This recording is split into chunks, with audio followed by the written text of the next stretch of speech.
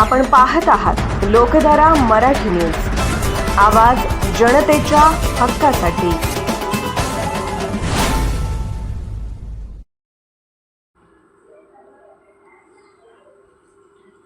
सांगली जिल्ह्यातील स्थानिक गुन्हे अन्वेषण शाखेने अवैध शस्त्र बाळगणाऱ्या गुन्हेगारांवर मोठी कारवाई करत 3 सराईत आरोपींना जेरबंद केलाय।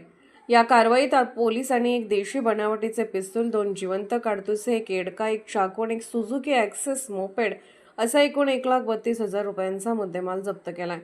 ही कारवाई दिनांक 24 मार्च 2026 रोजी रात्री 10:30 वाजण्याच्या सुमारास एमआयडीसी कुपवाड पोलीस ठाण्याच्या हद्दीत करण्यात आली।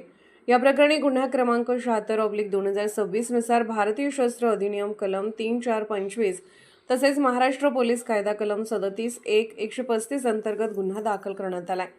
अटक करण्यात आलेल्या आरोपींमध्ये मारुती विलास शिंदे वय 30, सरफरोश असलम समलेवाले वय 25, प्रथमेश आनंदा माने वय 21 या तिघांचा समावेश असून ते सर्वजण कुपवाड येथील वाघमोडे नगर परिसरातील रहिवासी आहेत। विशेष म्हणजे हे तिघेही रेकॉर्डवरील गुन्हेगार असून त्यांच्यावर मालमत्ता व शरीराविरुद्धचे गंभीर गुन्हे यापूर्वी दाखल आहेत। पोलीस अधीक्षक संदीप घुगे आणि अपर पोलीस अधीक्षक कल्पना बारोकर यांच्या मार्गदर्शनाखाली स्थानिक गुन्हे अन्वेषण शाखेचे पोलीस निरीक्षक संजय कुमार झाडे यांनी या कारवाईसाठी विशेष पथक तयार केले होते।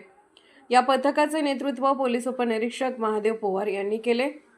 दरम्यान पोलीस पथकाला गोपनीय बातमीदारामार्फत माहिती मिळाली होती की पिस्टन मेनन चौक ते सह्याद्री स्टार्च कंपनीकडे जाणाऱ्या रस्त्यावर 3 संशयित इसम ॲक्सेस मोपेडवर फिरत असून त्यांच्या ताब्यात बेकायदा अग्निशस्त्र आणि धारदार शस्त्रे आहेत। मिळालेल्या माहितीनुसार पोलिसांनी सापळा रचून BSNL कार्यालयाजवळ निगराणी केली।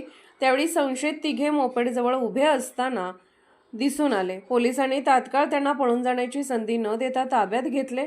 त्यानंतर पंचांसमक्ष घेतलेल्या अंगझडतीमध्ये मारुती शिंदे यांच्याकडून एक देशी बनावटीचे पिस्तूल, 2 जिवंत काडतुसे मिळून आले। सरफरोज समलेवाले याच्याकडून एक चाकू तर प्रथमेश माने याच्याकडून एक एडका जप्त करण्यात आला।